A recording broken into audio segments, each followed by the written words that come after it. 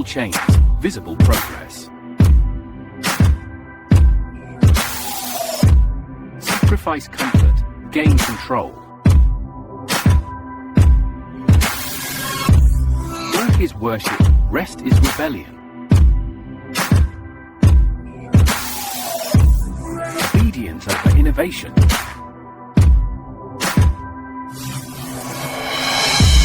Sacrifice health, serve faith.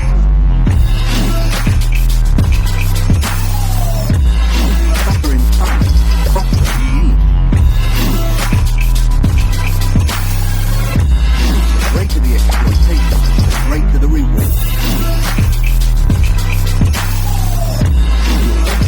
Our safety. More report, more peace.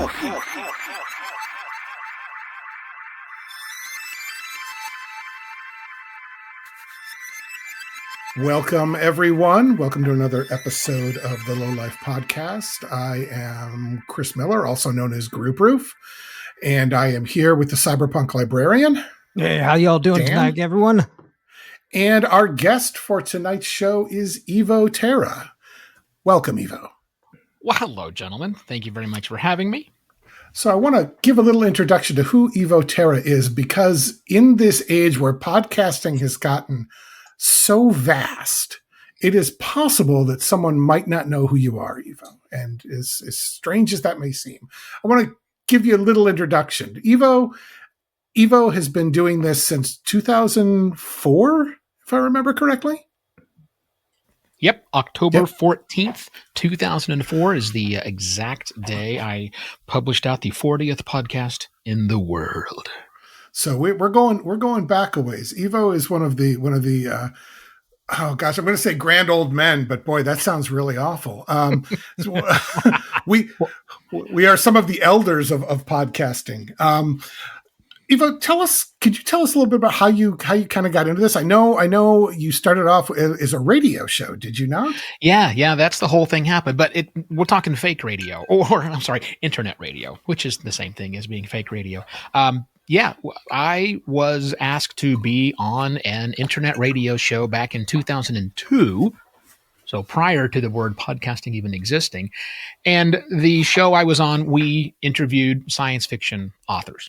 That's what it was. It was called The Dragon Page.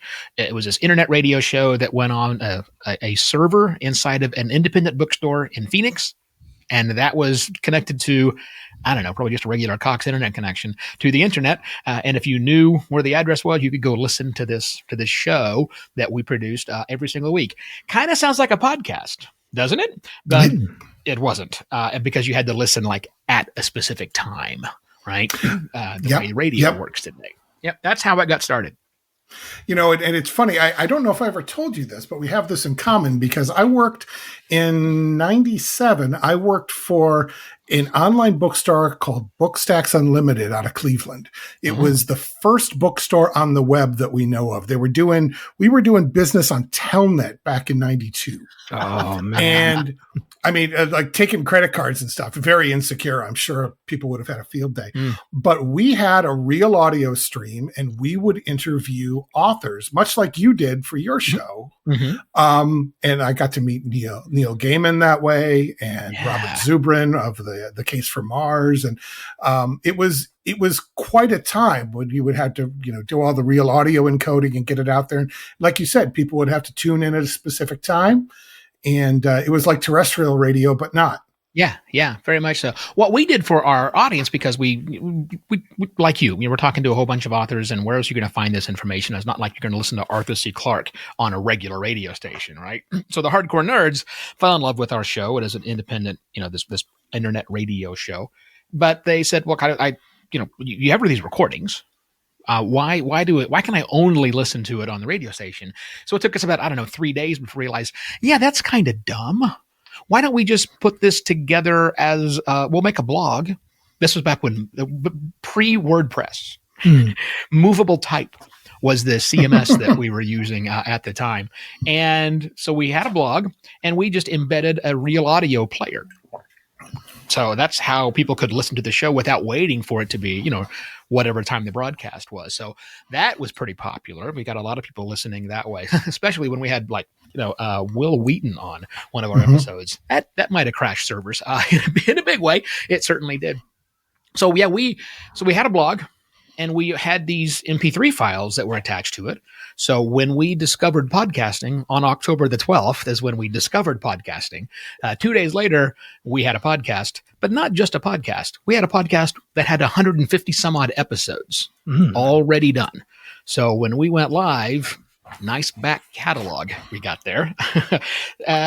So we became a podcast very easily because we were already doing all the stuff. All I had to do was figure out how to get the enclosure tag into the RSS feed. And Chris, firsthand what a fantastic programmer I am. So I was able to do that with relative ease, which is why it took me 2 days to figure it out, because I'm not a programmer at all. But I got it working, and here we are. Fantastic. I'll tell you what, and I remember catching now you.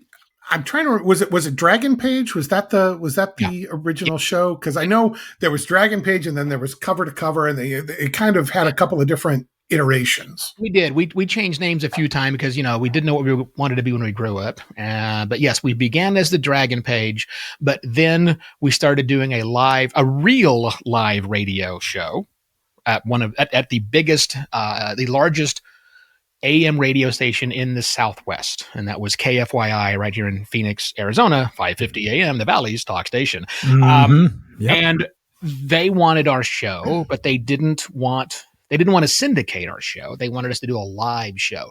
So we came in and did this thing we called Dragon Page Live Fire, because that's clever. Or it was in 2025, whatever time it was. So that means, well, okay, now we have the Dragon Page Live Fire. So now we can rename the Dragon Page to Dragon Page Cover to Cover. So that was about books, where Dragon Page Live Fire was about anything, random stuff that just sci-fi based we could talk about. And then we started another show called Slice of Sci-Fi, which was specifically about media properties like television and movies, as opposed to just, Dragon Page Cover to Cover was books. Slice of Sci-Fi was visual media, and then Dragon Page Live Fire was our live crazy show. Not to be outdone, we then decided to do a third show called Winging It. And, I remember Winging It. Oh my God. Luckily, I've taken all those episodes down. They are gone, burned down. If anybody listening has a copy of them, burn those copies. They shall not see the light of day. That's how it all began.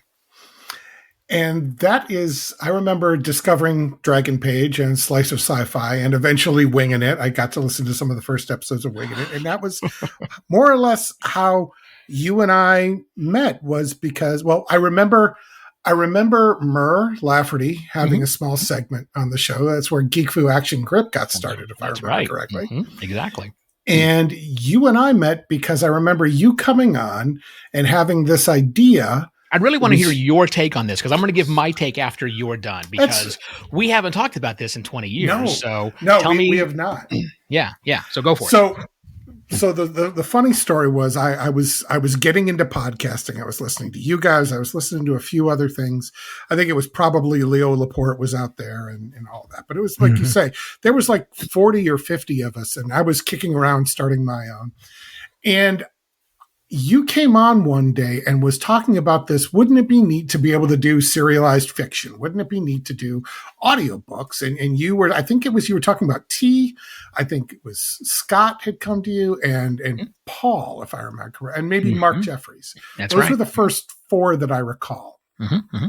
And you came on, and I think I dropped an email to you that day because I had been working on something similar, just kind of on my own, an idea that would allow serialized fiction to be meted out on a schedule. The problem with serialized fiction is I saw it because when you brought it up, I was like, the first thing I thought of was when someone subscribes, they're going to start with chapter 13 because it goes in reverse chronological order. And I was like, I bet I can write an engine that would track when a person hit the RSS feed and then just added one onto their feed so they could start from the beginning and get the whole thing in order and, on a schedule that they wanted. And I think I dropped you a line that day. And if I remember correctly, and I'm hoping I'm not making this a legend or anything, but my recollection is I had that thing written, the basis, in like a weekend after you and I talked, and we had a prototype up in about a week. Oh, Chris, your memory is friggin' spot on, man. That's exactly what happened. I mean, literally it is. Here's my perspective, right? T. Morris, Scott Sigler, Mark Jeffries, all three came to me. All three sent me emails because I had interviewed all of them previously on the Dragon page and become friends with a lot. I mean, that was a fun thing about the Dragon page. I got to be friends with all sorts of authors, mostly underpublished authors, but all sorts of authors. So I had reached out to them a month or so before, and I said, I don't know what this means for you guys, but this podcasting thing is cool. And got to remember, guys, this is back before Amazon had ebooks. This was when Amazon used to do things like sell books, like physical copies of books and other sorts of things. So there was no Amazon Kindle. You could not upload your stuff and automatically listen to it. Really, all you could do was get a big publisher interested. Good luck. Go the vanity press route. Terrible idea. Or do print on demand, which now your trade paperback costs $40, right? So that's untenable for a lot of people. So I'm talking to these authors, again, the three I mentioned right there, and I told all of them, there's something here for you. I don't know what it is. And then that week, before I said that to you, Chris, that week, all three of them reached out to me with the same idea. I got a book. I wrote it. It's done. Can I just read it into a microphone one chapter at a time or release it as a podcast? And I said, that's brilliant. They said, yeah, but I don't know how to do that. I said, well, I know how to do that part, the technical stuff on how to make a podcast out of it. Let's do it. And that's when I said on the show, I've got this idea for something I'm calling a podio book. I just need someone to develop it for me. And it's like, I don't know, 5 seconds later, bing, Chris Miller has said, I can do that. And I said, prove it. And like that weekend, proved it. So yeah, you're spot on. Our memories are either equally flawed or on point. No, it was the first time I'd ever reached out to someone that I'd met on the internet to do a project with like that. I did not know you from Adam, and I was pretty sure that someone else would have beat me to the punch.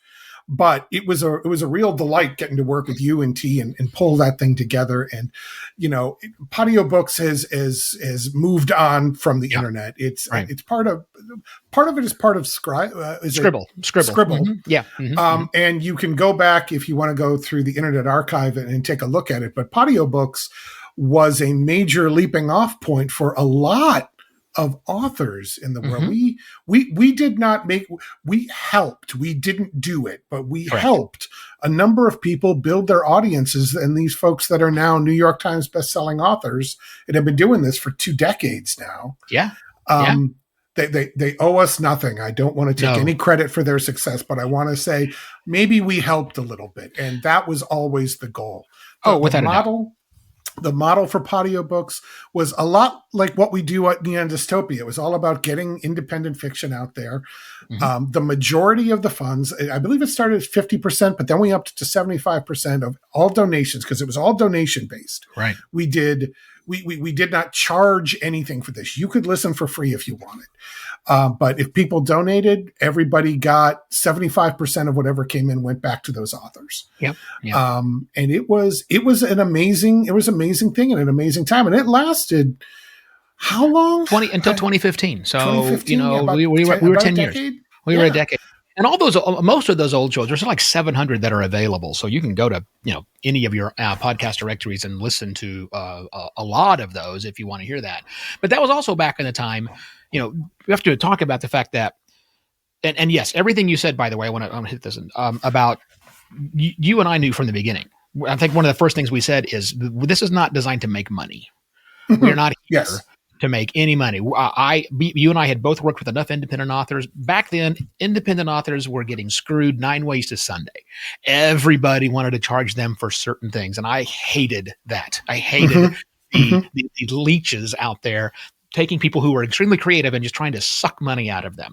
So that's it's probably why you and I got along so well, because I know you feel exactly the same way about that. Yep. So we were very clear up front. We're just going to do this with our own effort. We're going to keep the technology as simple as we possibly can. I'm going to convince Libsyn to give us free hosting, and we're just going to do this thing to see what happens. That all worked. But a big shift has happened. Back then, if you went to, like, let's say it was 2015 and you wanted to go listen to a fiction podcast, chances are you were listening to what audiobooks were. Usually the author narrating their book one chapter at a time into a microphone, maybe with some music, definitely with an intro and an outro, but very, very minimal production value. Yeah, they go through edit, so they're not listening to all the mistakes that were made. Obviously, they do a little bit of that, but that was it. And a very few, maybe 10%. I don't know what the number is. Were audio drama, where a full cast production of 18 different actors and great Foley, sound effects, all of the rest of that. The author had to go back and convert their novel into a screenplay, basically, and that there were very few of those for one reason. Those are hard. Really, you can confirm. Yeah. You can narrate your book one chapter at a time, and you can probably push an episode out a week. One episode a week of a full cast audio drama means a lot of hours, hundreds of hours going to production of one of those things. And where we're at today, the reverse has happened. Now, most of the audio fiction out there is in some sort of a full cast, bigger production, but there's still plenty of room for the independents. And I know we're going to talk about some of that more, but to me, it is such a vast shift from where it started to where we are today. Well, and that's cool, because one of the reasons I wanted to have you on with, not only did you literally write the book on podcasting, Grue and but you are now a professor of podcasting. That's right. I mean, who'd have called that? No way. I mean, no one. Remember this, Chris. I think I probably told you this story, but I'll relay it here again for the audience and for Dan's edification as well. Is when I got a phone call. I'm driving home. I used to live about 100 miles was my daily commute because I was stupid. And I got a phone call on the way home from T Morris. T says, "Hey, I've been asked to write a book about podcasting." And I said, "Why did they ask you?" Now he had written several books previously. He was an author, not just fiction or fantasy stuff that he writes, but he'd written some instructional manuals and some of the nonfiction stuff on, like, I don't know, various programs. And so my why you question wasn't about his skill as a writer. It was more about a skill as, dude, I did all of the work. You just did the narration, which is not, no, that's great. But who produced and who put the RSS feed? And he said, no. That's why I'm calling you. I want you to be my co-writer on this. I went, oh, okay. But hang on. A book about podcasting? Maybe a pamphlet? I mean, no, I don't understand. How many words? Or how many, what are they looking for? Word count. He says, I don't know. I'll call you back. Okay. Calls back and again says, they want 266 pages. And I said, that's an oddly specific number. Not just a random number, but like a very specific, this is how many. So I said, that's, who's this for? He said, I don't know. Called his agent back, called me back, and he said, it's one of the For Dummies book. And I said, tell him we'll do it. That was it. I mean, no more research done. Cause, like, do I want to write this book? No, not really. But if I'm going to have a book out there, I'll take the yellow and black one that's on the shelf, right? Cause that's the one that's going to get picked up. So yeah, that's how we got to write Podcasting for Dummies back in 2005. Yeah, crazy. So we've got that. You're in the Podcaster Hall of Fame class of 2022. That's correct. I believe that's what it said. No, yes, class 2022. He turned around to look at his displayed Podcast Hall of Fame trophy. That's correct. Yes. And you're teaching not the next generation, because the next generation was, honestly, it was. Oh my. I mean, we're like 5 generations down because I feel like the 3rd generation was Serial, who invented podcasting. Yeah. Let's be honest. Yeah. Yes. But that was, I mean, to talk about Serial for a second, I mean, how did you feel about when podcasting hit that big resurgence? When kind of like, it was my impression sitting outside of it because I had stopped podcasting in around 2012. That was when I had, actually 2010, I had moved out to LA. I was working for Mark at Mahalo. And, just things got crazy. Those were 90-hour weeks at a startup. And it was really hard to do anything. Startup ran by an asshole too, but well, I guess that's kind of all startups, but nonetheless. And we're not talking about Mark. No. That's a whole other show. My time in the digital mines at a startup in LA. But the resurgence that came when Serial kind of kicked up, because I felt like at the time it put podcasting on this whole other plane when like NPR got into the game. Was that your impression, or was there a slow buildup that I missed because I wasn't paying attention? No, I don't think you're far off from that. So, when we go back and look at what happened, it's always fun within the hindsight to figure out what actually happened with things. But, podcasting has been a slow, steady growth as far as people producing shows and people listening to shows. That is a continual trend line upwards. And it has been since day one. We're not seeing any change of that right now, which is great news. What Serial did in 2014, that particular inflection point in podcasting that's when the media got interested in podcasting again. They were interested in the early days, 2005, 2006, we're getting some press, whatever else. But then it kind of, I won't say all the press went away, but the frenzy went away. And it was just back to creators and listeners, which I'm perfectly happy with, by the way. But Serial, I don't know why. I'm assuming a good publicist more than anything. And also a solidly well-produced shows. But look, it wasn't the first solidly well-produced show. It was the first solidly well-produced show that had a budget and had a big, PR team behind it, I think, is what happened. I think This American Life, I think Ira Glass and that team, I mean, built up significant cachet.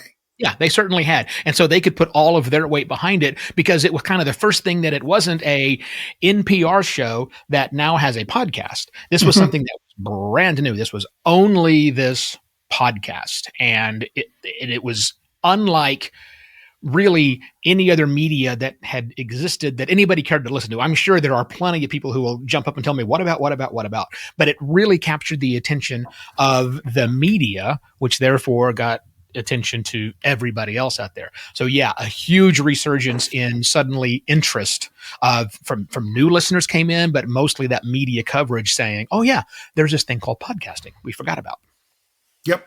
And I remember I still talk to some of the oldsters. I was hanging out with a couple of folks, Hutchins and Selznick, and we all joked about it. It's so great that Serial invented podcasting, isn't it? It was so nice of them to, because all of us, when it was Serial, and then it was Mark Maron, and eventually Rogan, and all these guys, and podcasting kind of blossomed into this mainstream thing. Yeah. And what has been you own a podcast production company, you've done consulting, you've built, you have a marketing background.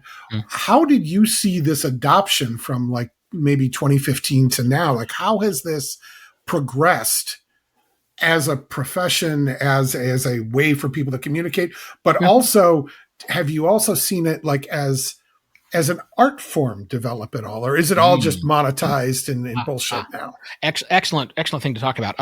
So let me answer this by telling you where my head was in 2015, what related to podcasting. 2015 is when I sold, I don't know if you could hear the air quotes that I had there, sold Podiobooks.com to Scribble, which is an independent publishing company that I had been doing some consulting work for, I don't know, a couple of years before that. Mark Jeffries is the one that introduced me to Scribble originally. So that's when I sold it off to them. Again, sold in the air quotes because I got no cash for it. So, and I had been producing a podcast. That was my wife and I were traveling around the world. Don't think I'm independently wealthy. We literally sold everything that we owned, put about 24 grand in the bank, and found a way to travel cheaply. And happy to talk about that at some point in time, but we're sticking with the mentality of podcasting. I was done podcasting. I said, I'll do this little show while she and I are traveling, but I don't think I think, it's been doing this for 11 years now. Maybe it's time for me to go do something else. And I remember Serial had already been popped. Serial was already out there for a year, but I'm still thinking, no, I don't think I want to do it. So there I am in Bangkok, Thailand in 2016. And I got in the travel blogging community, which is both great and terrible for different reasons. And one of the couples that we had gotten close to, they also were living in Bangkok. They were originally from here in the States. They said, hey, I heard you have a podcast. I have a podcast. And I listened to it for about 6 seconds and stopped listening because it was horrible. I mean, it was just, forget being raw. And they were trying to sell this thing off. Their brand was luxury travel. Oof. And it sounded like they were recording it, with cans and string. It was horrible, just atrocious. And so I said, how are you guys doing this? They said, oh, we just record it in our place and we send it off to this person and she makes it sound great. What do you think? I gave them my honest answer, which is why we're not friends anymore, because you know me, Chris, I tend to be honest to a fault. And then another person also connected to us said, hey, can I take you to lunch and talk to you about podcasting? Absolutely.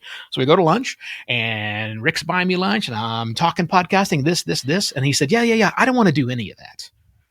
I don't want to have to manage my own stuff or anything else. I think I'm just going to hire the people that put out that other show. And I said, the fuck you are.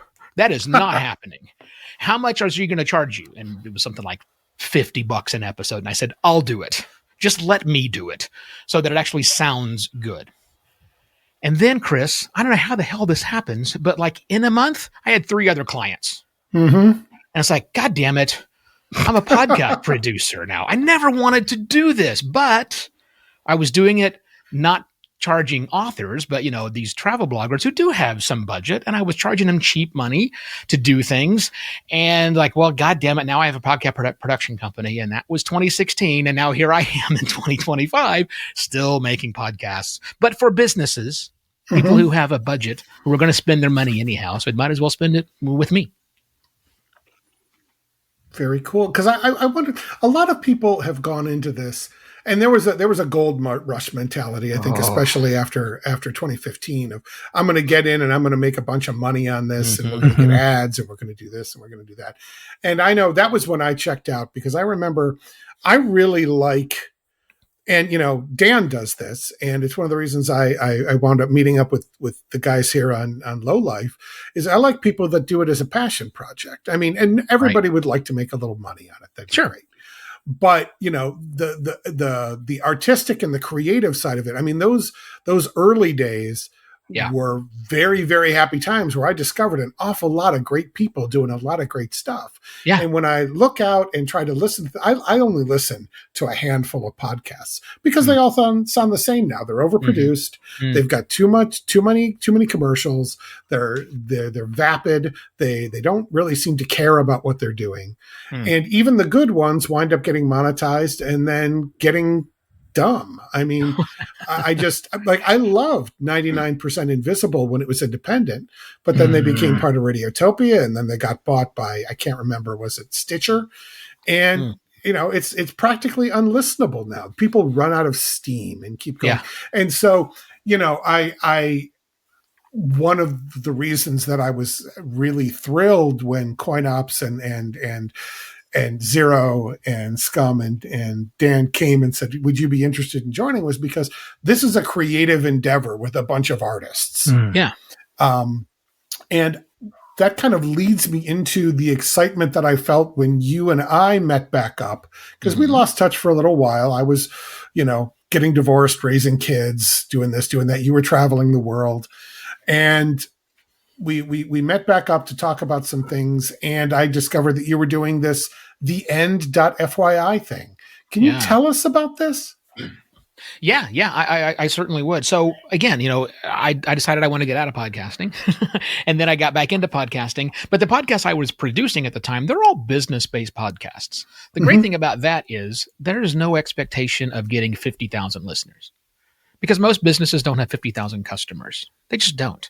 And so it was never, well, sure, every client would like to grow their show.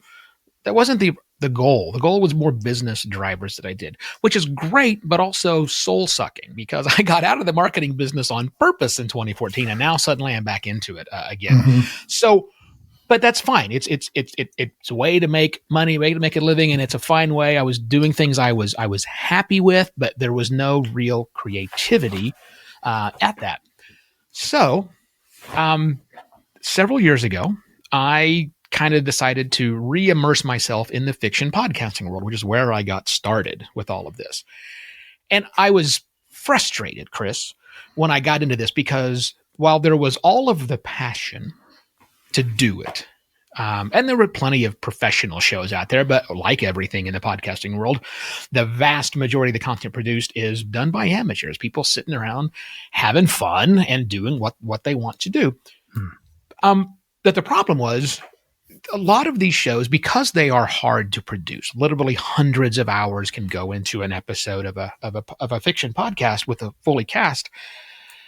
They don't always make it, and they don't finish the story that they want to listen to. Now, you remember back in the podiobooks.com days, we saw a huge spike as soon as that last episode of a podiobook was uploaded.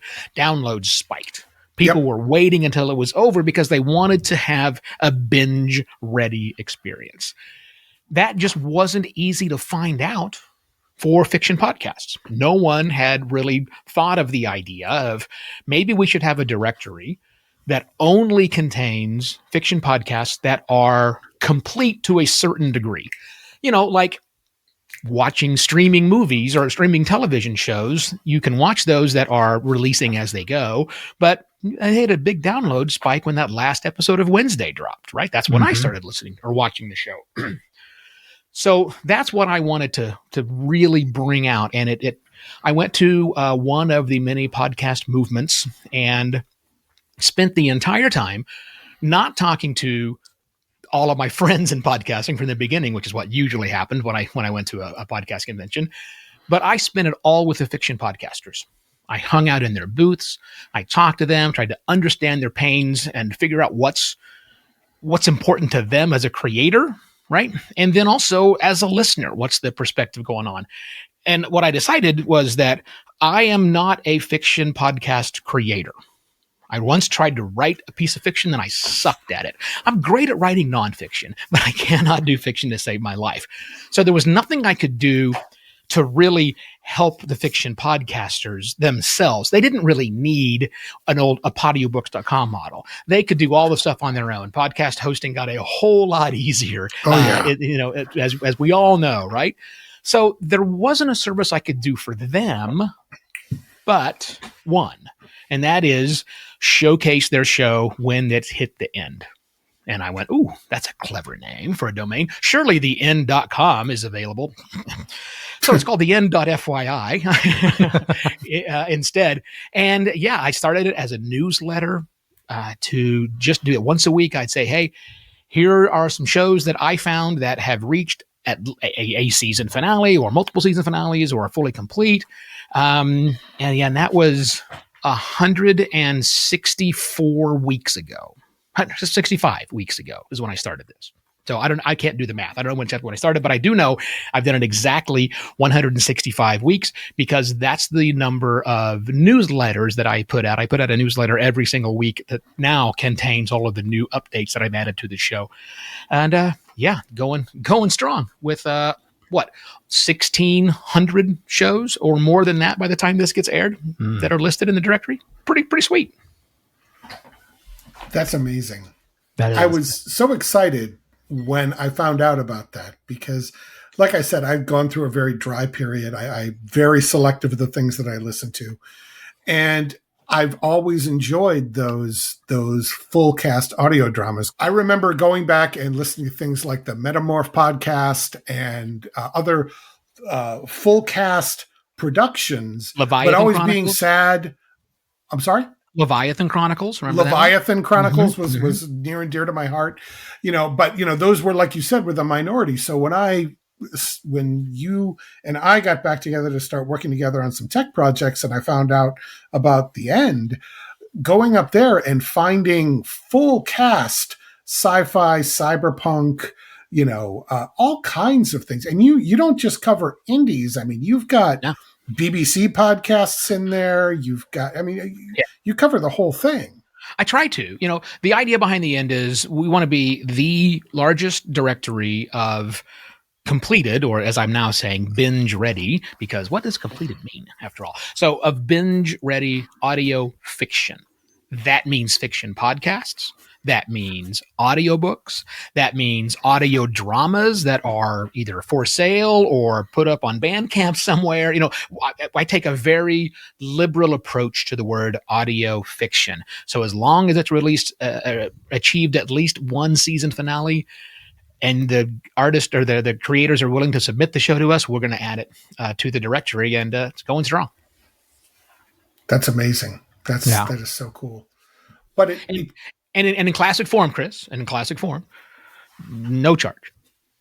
No charge to be included. No charge to listen. I mean, there might be a charge to listen to one of the ones that's only available on Audible or something like that, but that's not getting me any money. So yeah, this is continuing on my idea of there are certain things in life I want to see in the world, and this is one of them. So I'm just going to do it. I think that's fantastic. That's always been a hallmark of the things that I've seen you do over the years is very passion driven, and I've always appreciated that. Mm-hmm. Thanks. So it kind of doesn't end there, though, because a while back you discovered the Fediverse. And just to explain the Fediverse, I know a number of our listeners already know what this is, but I'm going to go into it anyway. The concept of the Fediverse is there are a number of independent open source projects that kind of work together and talk to one another. This is a very loose definition, but it's things like there is something that is sort of like what Twitter used to be called Mastodon. There is a thing called PeerTube, which is kind of like YouTube. And all of these various things form not an alternate internet necessarily, but it's almost like a little enclave of people who have walked away from the mainstream internet to some degree to build something friendlier, better. I mean, it has its ups and downs. It has its problems, but you got into that as well. How did you wind up coming to that? Was it when Lonnie bought Twitter, or how did you stumble into Mastodon? Well, that was certainly when I got most interested in Mastodon, but I had joined, I think podcastindex.org has a podcastindex.social Mastodon account where a bunch of podcasters were talking. And I joined that and didn't really do much of anything because Podcast Index people, in case you're listening, I love all of you, but for Christ's sake, can we stop talking about crypto for a second? Oh, God. That's God. A whole different conversation. They do a lot for the community. I love Podcast Index, but for fuck's sake, anyhow, moving on. And I wasn't just really into those sorts of conversations, so I kind of let it lapse. But as you said, now suddenly my much beloved Twitter, I think I was like one of the first 100 people on Twitter, like I used to be. I don't do this shit anymore. I was pretty hardcore into Twitter and really enjoyed it. And then I got to see it turn into a Nazi bar and said, I can't. And I quit loudly and, canceled my account and did all of the things you're not supposed to do. And I took a page out of Cory Doctorow's playbook. Cory Doctorow is a friend and has informed a whole lot of my decisions. And he said at one point in time, I am not going to spend a second building any sort of community on a platform that a platform that is corporately owned. Fuck that. And I went, yeah, I feel the exact same goddamn way. And so I basically killed every social media profile that is corporately owned and said, I'm just going to focus here. Because it's cool. It feels like Google Plus did back in the original days, where you could build your own you didn't want to use the word alternate, and I agree with it, but I want to call it an intentional network. It's kind of the way I think about it. I agree with you there. I Yeah. agree with you there. It's I funny think that it's you bring intentional. up Corey because I was inspired again by Corey, but his book Walk Away, and I'm sure you remember it. But the idea of people that just leave society to go and build something new with the tools from the old. Yeah. And I agree with you about. I like intentional. I like the fact that it seems to be more thoughtful. It's not perfect. It never is. No. But you got pretty inspired by it, if I remember correctly. Yeah, I mean, I was all in, and I really was wanting to. I got too far ahead, to be really honest, because I tend to jump into things with both feet. And I was thinking, man, what we really need to do is so Mastodon is great for getting rid of Twitter, but here I am now in this audio fiction community, and all of that revolves around Reddit.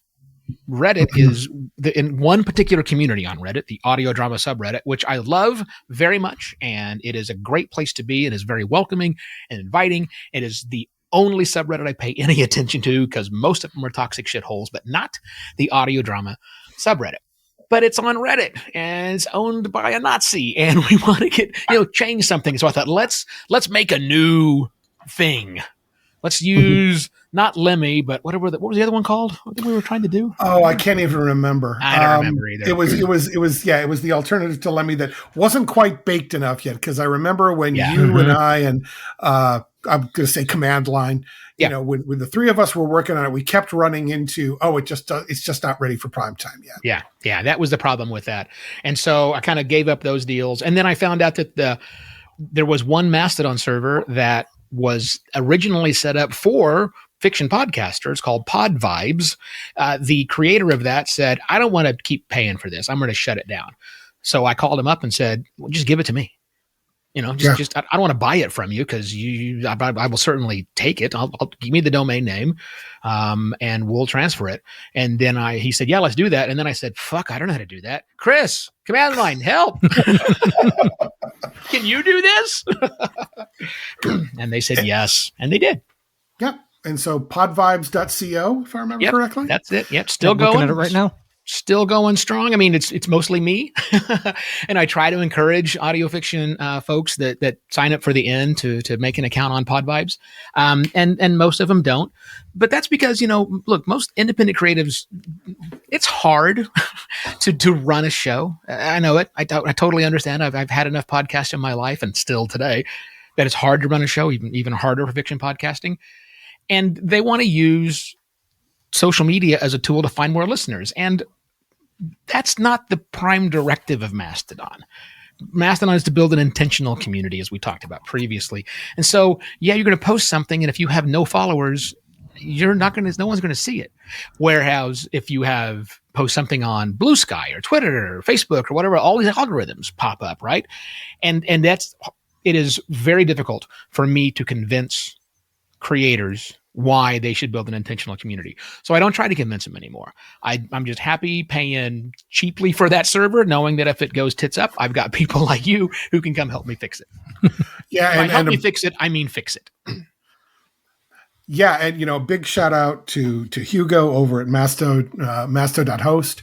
He hosts Pod Vibes. He hosts my server. He hosts Command Line server. I mean, Hackers.town is over there too. Hackers.town. Oh, is that where they moved to? Well, that makes a lot of sense. That's great. Yeah. So Hackers.town. I mean, I think he's probably the premier host for these things now, and he does a fantastic job. It's amazing. Yeah, wonderful.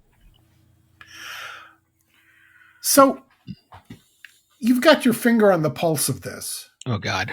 I mean, I like you. I don't write a lot of fiction. I keep my hand in it. I just recently sent a piece to Scum, our editor, who was very kind and said I did a good job. Maybe he'll publish it. Maybe he won't. That's fine. Yeah. But I'm just kind of getting back into that game. Dan, you have published a lot of fiction on your show. Is that not half as much as I want? I've been sitting on a whole bunch of shit just because I haven't had the time. Because like Evo said, I mean, I try to make, I could sit here and read my stories, and into the mic and it be just as good as me talking to you right now. Right. Because when it comes to acting, I'm okay. I will never win any awards for my acting.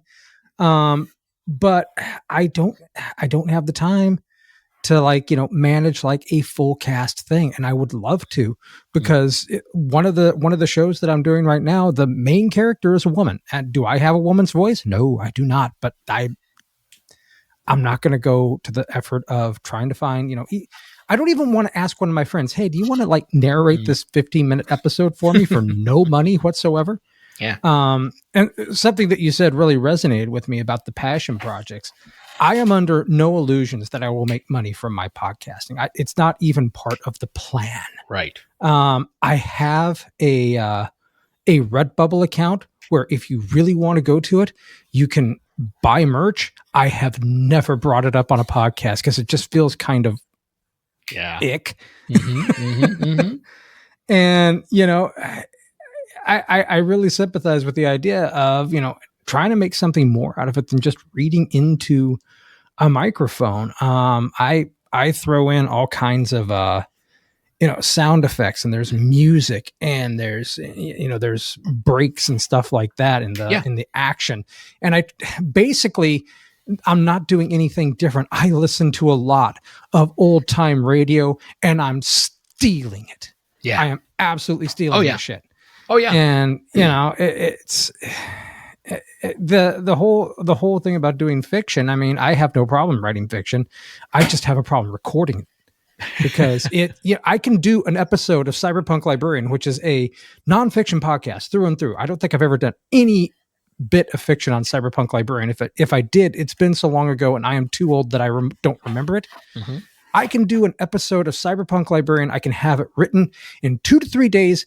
So I could start on Monday, record on Thursday, edit it on Friday, and drop it on Saturday if I felt the need. Right. With the fiction stuff, I could start it on Monday, and then I don't fucking do shit with it until 2 months later. Because it's not just the story. It's like, well, there's this scene where there's a gunfight, and there's 2 characters involved in the gunfight. Well, they don't have the same gun, do they? So now I gotta find 2 different gun sounds. Oh, I don't like that one. That one's good. That's a good gun sound. That's gun number 1. Now I gotta find gun number 2. And it just, the workload, I mean... Look, that didn't stop John Wick from doing it. Every one of their guns has to be the same because he uses the same bullets and the same clips all around. Exactly. But Dan, I mean, I mean, you've hit on something. I was always amazed. Well, 2 things. First of all, both of these things are about Scott Sigler. The first is I was always amazed at how he could pump out not only fiction but his audio. His audio work. Just keep ahead. He didn't do a whole lot with sound effects, and he did have someone doing some of the mix down for him, if I remember correctly, eventually. But he was singularly minded, and he jumped on it, but not everyone was like that. And also Scott Sigler has a terrible female voice, and it's okay. He knows it. He's not doing the original Kayla from Earthcore way back in the day. He's gotten away from that. He's gotten better.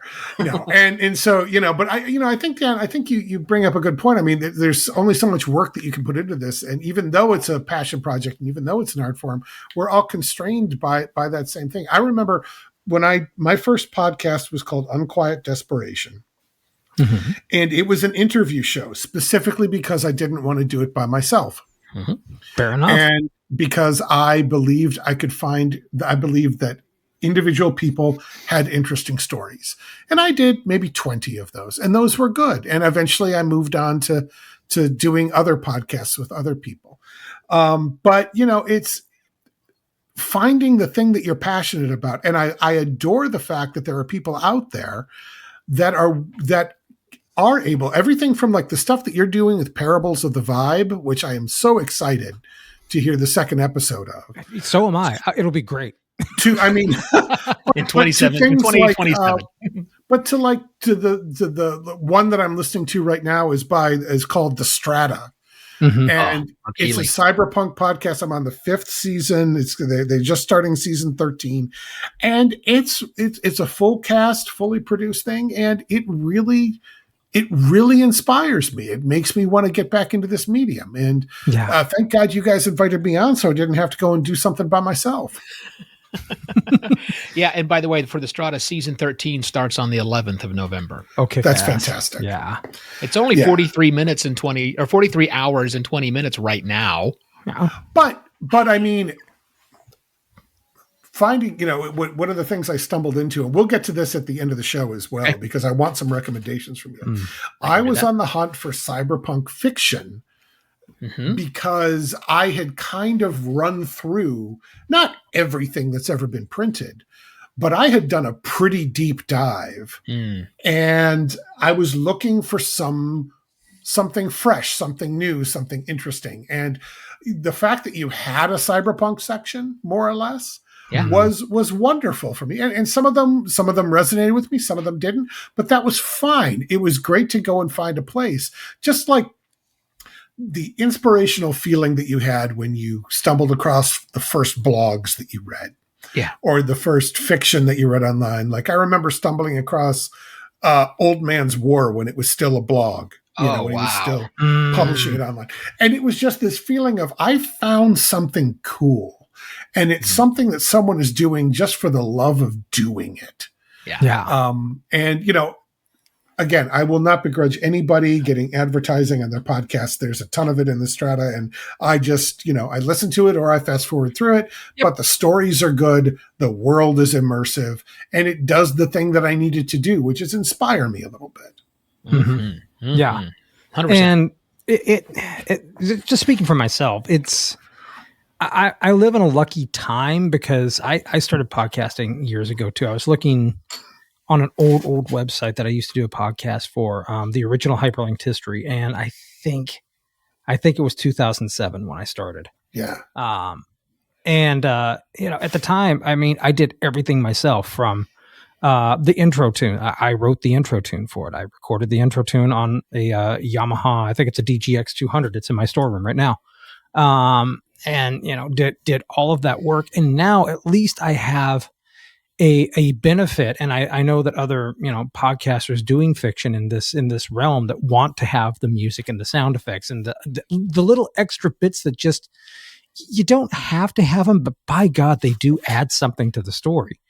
That you can just go to Pixabay and find music, and you can go to Free Sound and find sound effects. You're going to have to work to get them, but if you're smart about it, you'll download that stuff, you will tag it, you will hoard it, and you will make it as findable as possible, because sooner or later, you're going to need that goddamn gun sound again. Because this character hasn't switched guns, and I have that level of tism where it's like, well, it's the same gun, so it's got to have the same sound. Let's go find the same sound. But I don't have to pay for that. I don't have to put out money for a thing that is never going to make money. I never ask for money. I have no advertising. I have merch that no one buys. I have, I believe, the only 2 or 3 hats that have ever been bought from Redbubble for my shows because I wanted the hats. There you go. Literally why I did it. So, well, Dan, you bring up, anybody can do this, and it's true. We Chris, you mentioned Scott Sigler, who is a fucking machine. I know how Scott gets all of this stuff done, and I would slit my wrists, but no, but that boy can go crazy. Some of these newer ones that are coming out now with their full cast is, while they can be done, they're just a lot harder, right? Yes. Because you can find those sound effects, but it's a matter of how do you do it? How do you layer them in such a way and make it sound that it's really compelling? And that's its own art form. So some of these people, like I'll give you an example. So I'm looking through my collection of cyberpunk, which I call Cyberpunk is Not an Instruction Manual, because I like clever names of things. I'm looking through this list, and I've favorited 2 shows that I love, and they're sitting right next to each other on the page right now. And one of them is called Sinkhole. And it's wild and immersive, and I don't want to spoil anything away, but it is almost like a real time from the front lines of this sinkhole that has developed. And it is one person who does it all. Now, there's only one voice in the show, but they're not narrating to it. They're basically doing field reports, right? Yeah. One person, Cale Brown, is the one that does this show. And it is, I think it's lovely. I really enjoyed it. My comment here is, if you thought single voice audio dramas were boring, you haven't listened to this show. The subtle background and ambience are paired perfectly with the audio reports. You'll dig it. Really like that show. Now, right next to it, in my list, is a show called Forest 404, which was produced by BBC Radio 4, which means it wasn't one person. It was the entirety of the BBC putting this thing together. It is amazing. The sound is great. What do I say about this one? This is an impressive audio storytelling adventure mixed with conversations with experts in soundscape episodes. So they do a cool little mix, like bonus episodes. And it helps the material trips all of my post-apocalyptic triggers. Binge it. So those two equal or take up the exact same space in my brain because they're both great and they're vastly different. But that's the beauty of this medium is one doesn't have to sound like another. You don't have to, it's like going to the movies. And if you see something that is like, a single person on screen the entire time, you go, what the hell is this? Right. But that's not the way that it can work in audio fiction because some of these creators are so friggin' talented and have spent so much time because it's time that costs here, not necessarily money. It's time is what they have to spend to get this so great. And I love them for doing it. In fact, I even love the ones that try and fail. That's fine. Yeah. Try and fail. You're not making money on this anyhow. Realistically, you're not. So just do it and have fun doing it. And maybe you'll make something that is just, mind-blowingly good. Absolutely. Yeah. So as you're building this enormous catalog, are you seeing trends? Are you seeing things kind of come and go? Are there things that are picking up, things that are fading away? Is one genre? Do you see genres swell and diminish? It's kind of wild. Back when you and I were doing audiobooks.com, almost everything was science fiction, right? Yeah. I mean, that was, surprise. That's who I knew and who I was reaching out to individually. And also back in the early aughts, people who write science fiction over-index on nerdiness, probably still today. And it took a little bit of nerdiness to happen. So, there was very little romance, for example, back in the early days of audio fiction.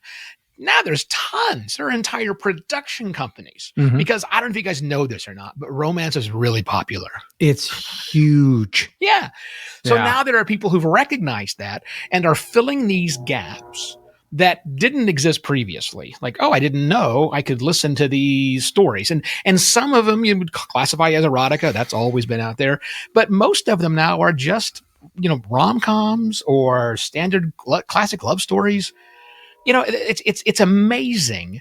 One of the things I love about curating the end is, since I'm not creating anything, I'm just simply curating, is finding all of these new little weird niches that I didn't even know existed. Like I'm going to find one example. I want to, for where is the one that I was saying a minute ago? Oh, no. I just put one up that I kind of like. Oh, one is called Out of One, Many Voices, because I recognize that there are some shows, like some of the really popular ones. Are you familiar with the show Desert Skies? No. That sounds familiar. I know that I haven't listened to it though. It is a fantastic show. It's done by a guy named Jared Carter, who lives just south of me in Tucson, Arizona. Wonderful person. It is a full cast audio drama about the afterlife. Spoiler. Except the full cast is Jared. He's just really good at voices. Oh, I envy. Absolute freaking gut level envy, man. when he came up, we were going to go to a convention together, and we met for beers. And I said, I don't want you to sit down with me. I want Mac, the mechanic, to sit down with me. And so he just did it in Mac's voice the entire time, which is great. Oh, and then when he did a live reading of his first episode, and he just switched from character to character to character without missing a beat, and perfect every time. And of course, he puts in sound effects and music and all that, even better. So I wanted to highlight that. I wanted to highlight shows that sound like maybe that they are, well, actually all of these are, because there's one person, but they've got many voices behind it and they work out amazingly well. There's an entire genre or classification or category, as I call it, that I'm calling It's Worse Than That, I'm Dead. And it's all from the point of view of, the main character's dead. They're an unalive person. And like there's enough of those that are out there. There's been a huge resurgence in the epistolary format, which is things told in a series of letters week after week. That's coming back. We're seeing new shows that come out. I mean, yeah, you've got R.E. Dracula and a few others like that are just retelling the old stories, but there are new versions of that happening all the time that didn't. And they didn't really have look, you're not going to sit and publish things in a newspaper, one serial at a time, like you did previously. And then there's a huge collection of things that are just reality, just fiction, not science fiction, not fantasy, not horror, not necessarily romance, just, a story, like movies and TV. They don't have to be about, they're just real stories that are told. And gosh, those are some of my favorites that I really have in there. They can be thrillers, it can be whatever, but they're just, all plausible stuff. Great. Yeah. I'm looking at some of these collections that you've got. These are really fun. I like the way you name these things. Struggling for Sanity, Work Sucks, We Know, Cyberpunk is not an instruction manual. AI is going great. My bias is showing there. Can't see the forest for the trees. On the Hunt for Ghosts and Monsters, which is different than urban fantasy and cryptids. Yep. You Can't Shake a Spear at all these classics, which I appreciate. I got Clever. that. Vampires Suck. It's Worse Than That, I'm Dead. Gosh, I love the one at the bottom. My one that features shows with aliens. It's called ... but it's aliens because that's fantastic. So even sexy time. I see you even have sexy time in there. Yeah, so we need more of that. I mean, because look, there's a lot of erotica out there, and that's what's in there. But to me, it's a shame that I only have 13, whatever. I guess I got 18 shows that are in there. There's probably more. I just haven't found it yet. But I'm working on it. It's harder to get out there too, because if you want. I mean, it's just a given that if you want the distribution, you have to put it on Apple Podcasts. You have to be there because that's just the de facto. Yeah. I mean, everything else it's Apple Podcasts and everything else. I mean, yeah, you can be on Spotify, but you have to be on Apple Podcasts. Yeah, you can be on Stitcher, but you have to be on Apple Podcasts. And Apple Podcasts ain't going to take your erotica. I mean, they're actually just they not. will now. They've really come full circle. I am shocked, man, because I remember when they threw Violet Blue off the platform. Yep. So Apple Podcasts showing my age there. Hi. Yeah. Well, we can top you there. I remember a friend of mine in Evo's, Ray, created iPodder X way back. Ray Slakinski. Ray Slakinski. He created what I think may have been the first or second after iPodder. Yeah. One of the very first. Yeah. Pod catching clients. And he was at the WWDC where they announced Apple Podcasts, and he watched his whole business model collapse. Yep. Yeah. It was so sad. But I mean, I went on to work with him at Mahalo. He was great. Yeah. But yeah, okay. I mean, so I guess that's neither here nor there, really. But gentlemen, can we take a quick pause because one person has drank too much water and has to pee? Yes, absolutely. Let's take a break. Back to the show. So, Evo, where do you see things going? I mean, I'm not asking you to foretell the future necessarily, but I mean, it seems like podcasting has kind of grown up in its way, and it's done the things that a lot of art does. Some of it siphons off and becomes part of the business world. Some of it remains scrappy and creative. Some of it is exploratory. Do you see a trend specifically for audio fiction? I mean, with things like Audible and Spotify and trying to turn things, how can I say this? If it doesn't have an RSS feed, it's not a podcast. But you see these companies trying to latch on, and so you can only get this podcast through this company. Yeah. What are you kind of seeing as I mean, against your better judgment, a professional in the field? Yeah. No, I understand the question. And, my opinion on this changes, which must mean I'm pretty mature to do that, right? But my opinion changes all the time. What we saw, especially with Spotify in 2018, maybe 19, when they dropped like $750 million to become the second biggest podcasting client in the world at the time. And that's, by the way, true numbers and a true story. You look at what happened to Spotify right now, and they're not making their money back on that.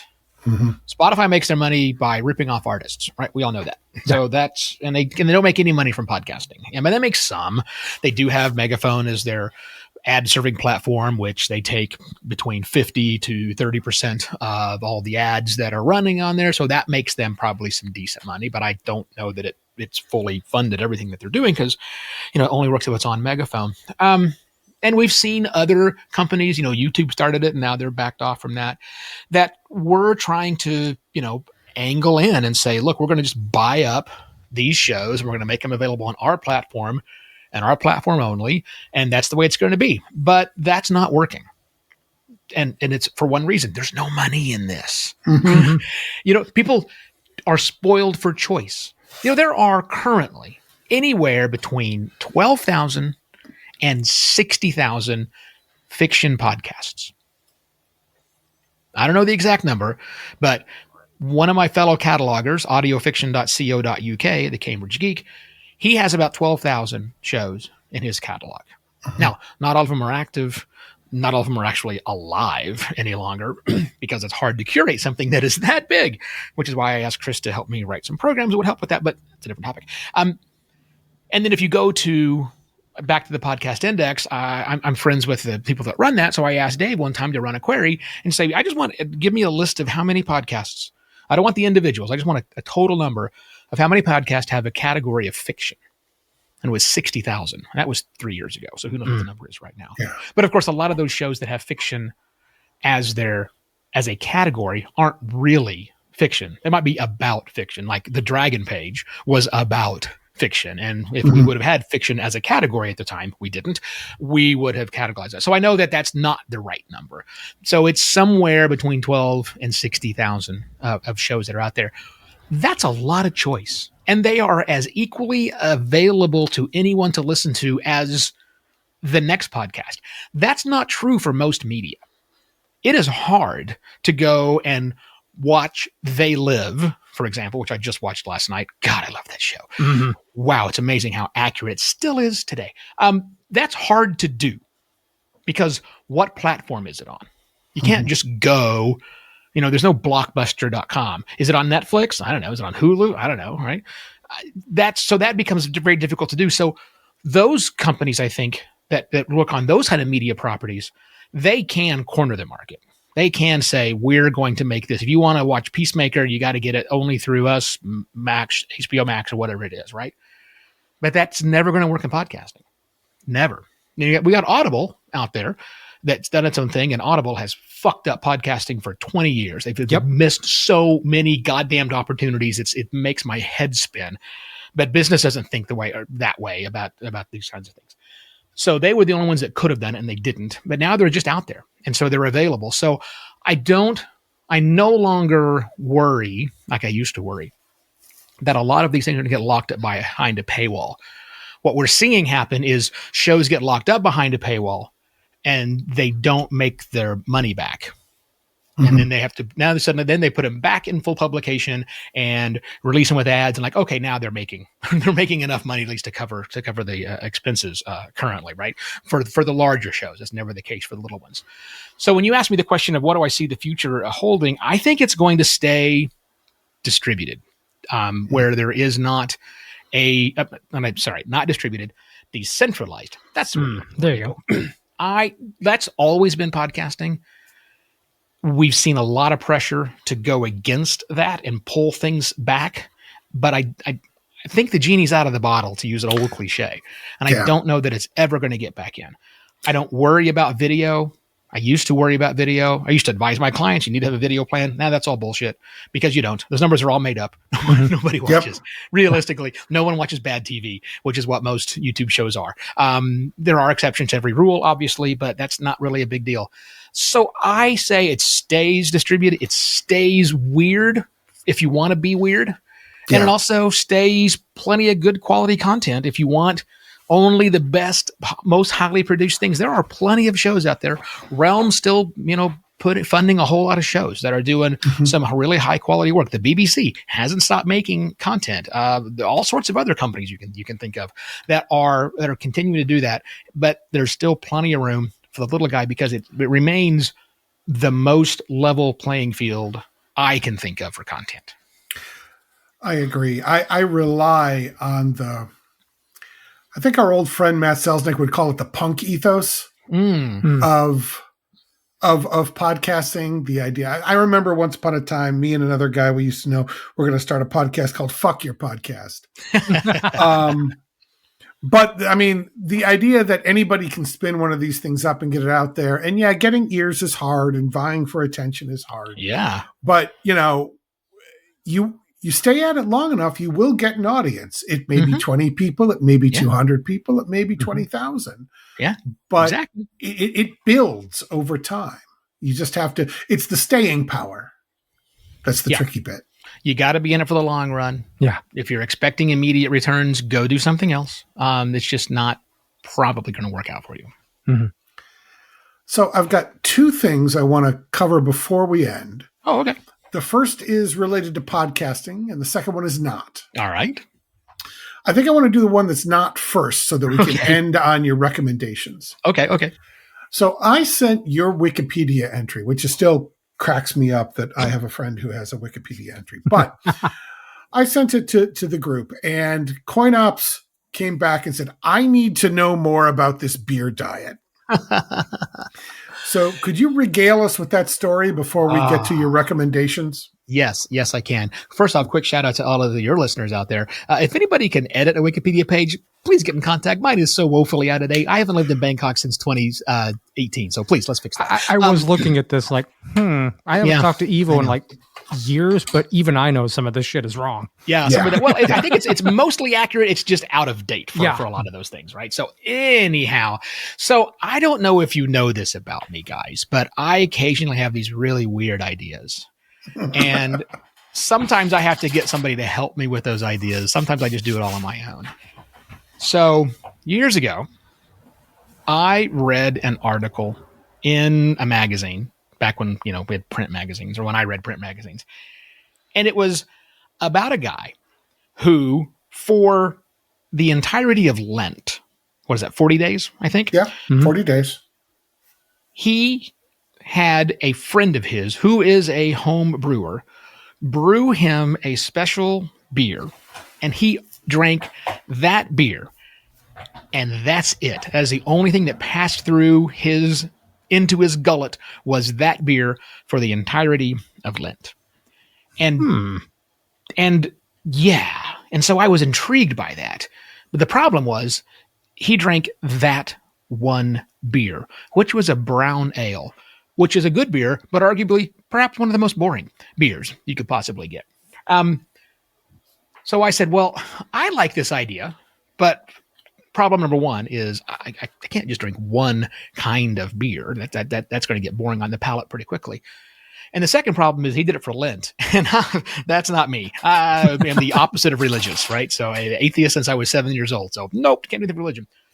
So but I'm still intrigued. And one of my best friends, who is still a bariatric surgeon, so he is a weight loss physician. This is what he does now professionally, and he's also a trained virologist and all sorts of crazy stuff. One of the smartest skeptical people that I know on the planet. Very, very good friend of mine.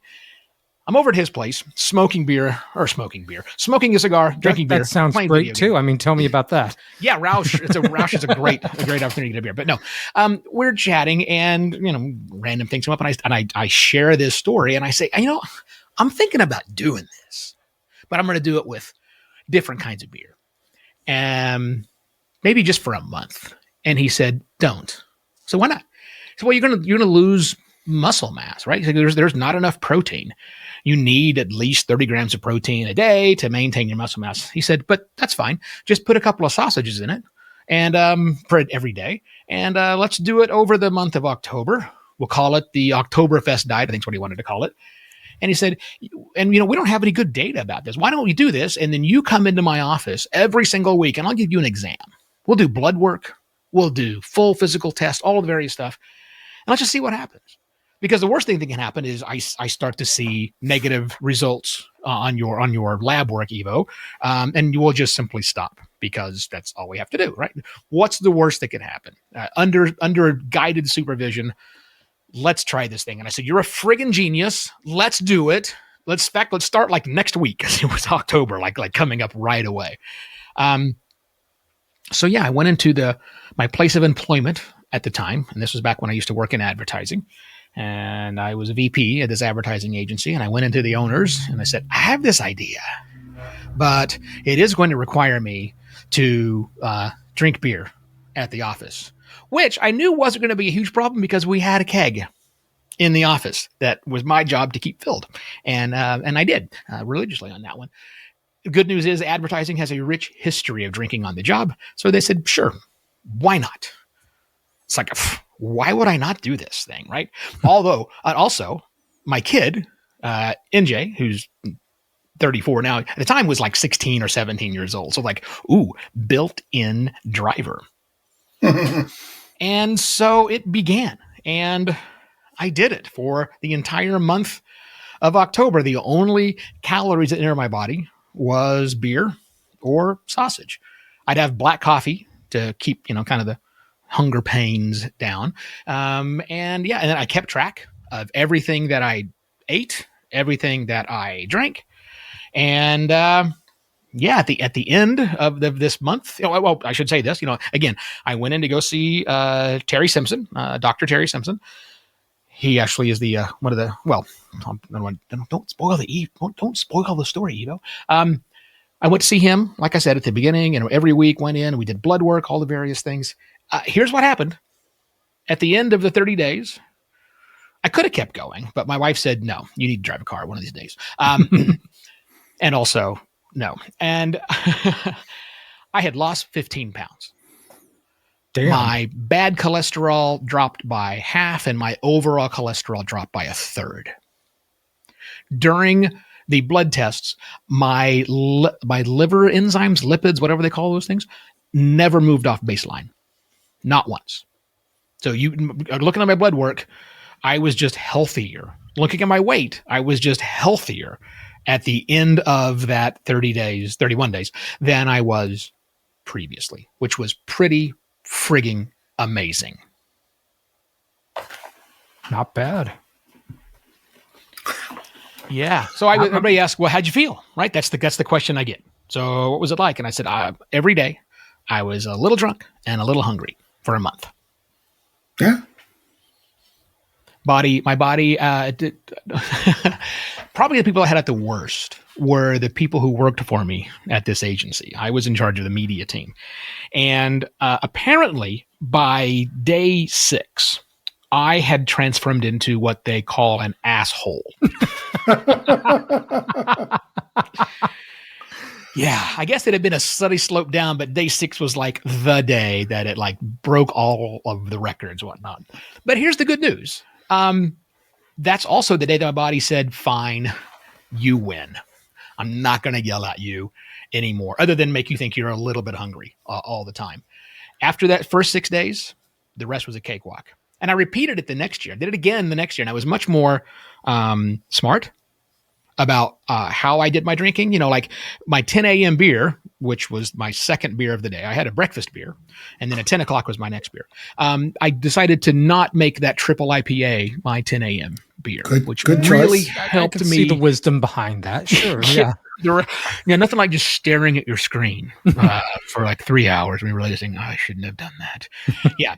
So didn't do that. Made some better choices. And actually I lost 20 pounds the next year that I did it. Wow. Because I was much more adherent to the caloric intake I did. And the reason I lost weight, it's math. I am a full-size man, and I burn roughly 200 to 2,200 calories just, being alive every single day. I only put 1,500 calories in. That's a 700 calorie deficit over the course of 30 days. Guess what? You will, period. End of story. Lose weight if you continually to put less calories in your body than your body burns. It's great. Important to note, he did this under a doctor's supervision. Yeah. Be careful if you try this at home, or maybe don't. Dude, I have a friend. Triple IPA. I have a friend who owns his own advertising agency, not far from me.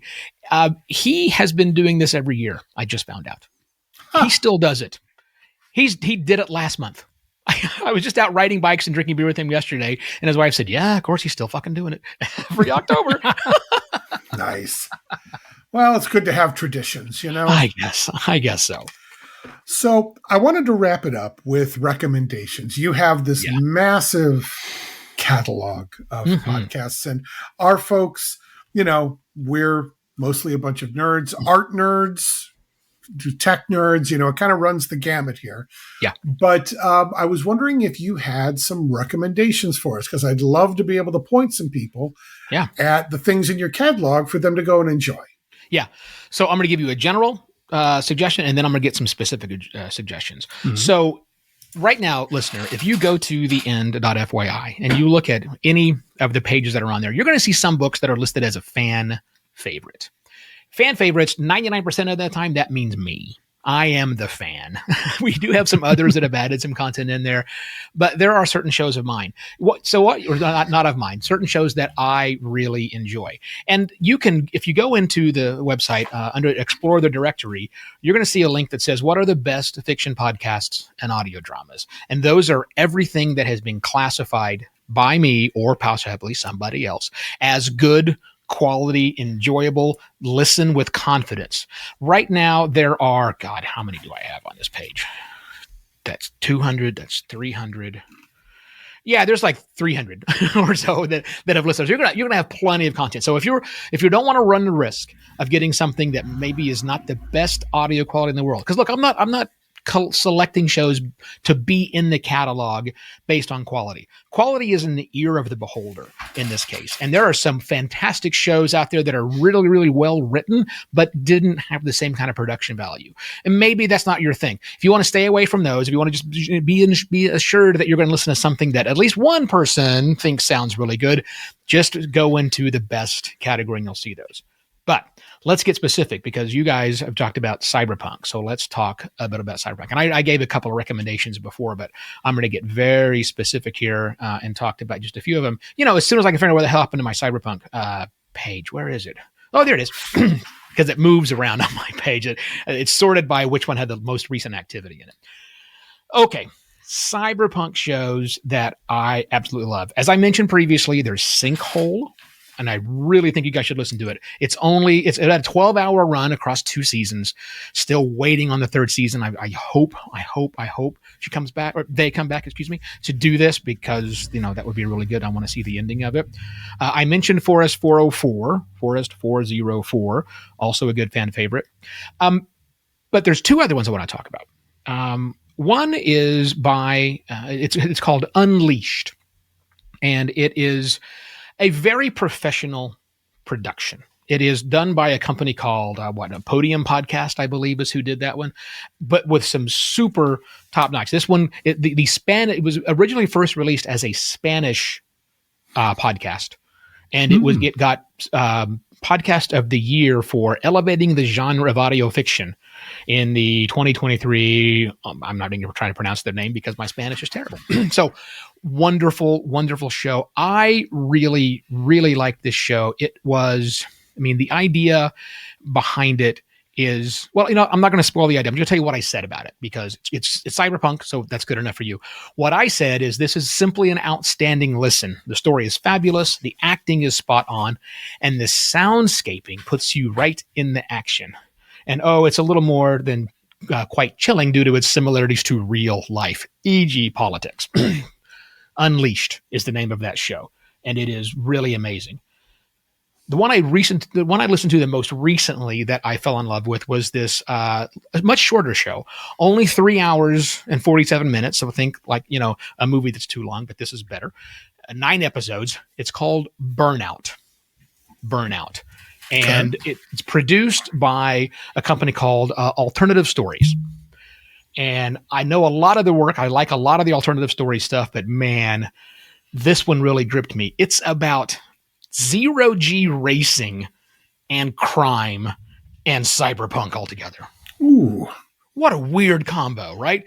Yeah, I care nothing about racing, but damn, I was really, really intrigued by this show.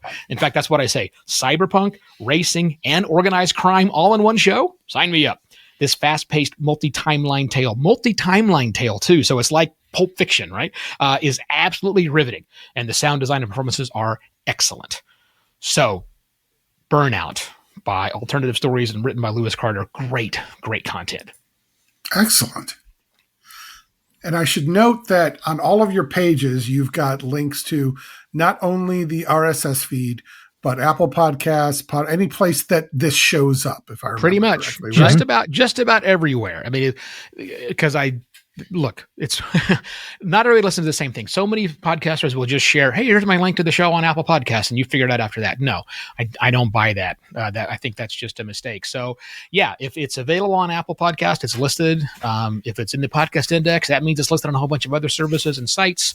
Some of them are listed on YouTube, not all of them. Mm-hmm. So I got a link to that if they're there. Spotify, if they're on Spotify. So yeah, they're all there. And there's also a click to copy the RSS feed, so you can just add it right away. Very nice.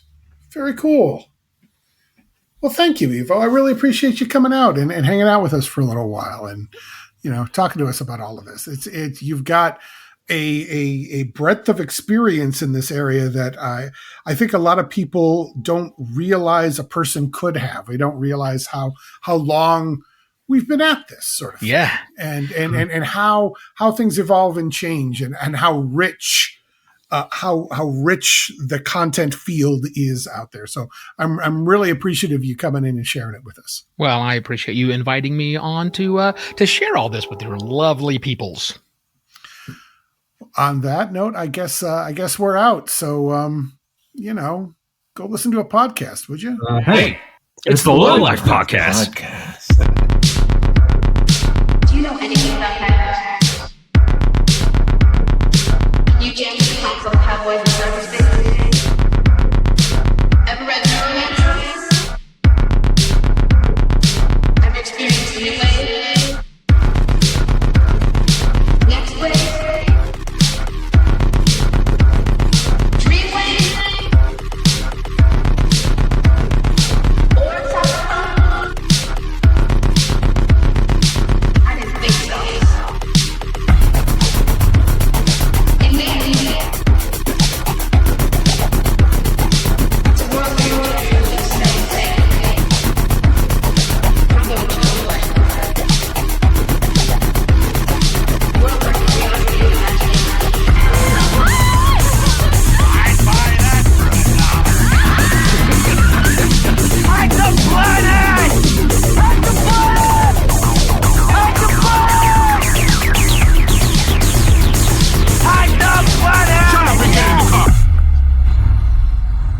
Go away, Baton!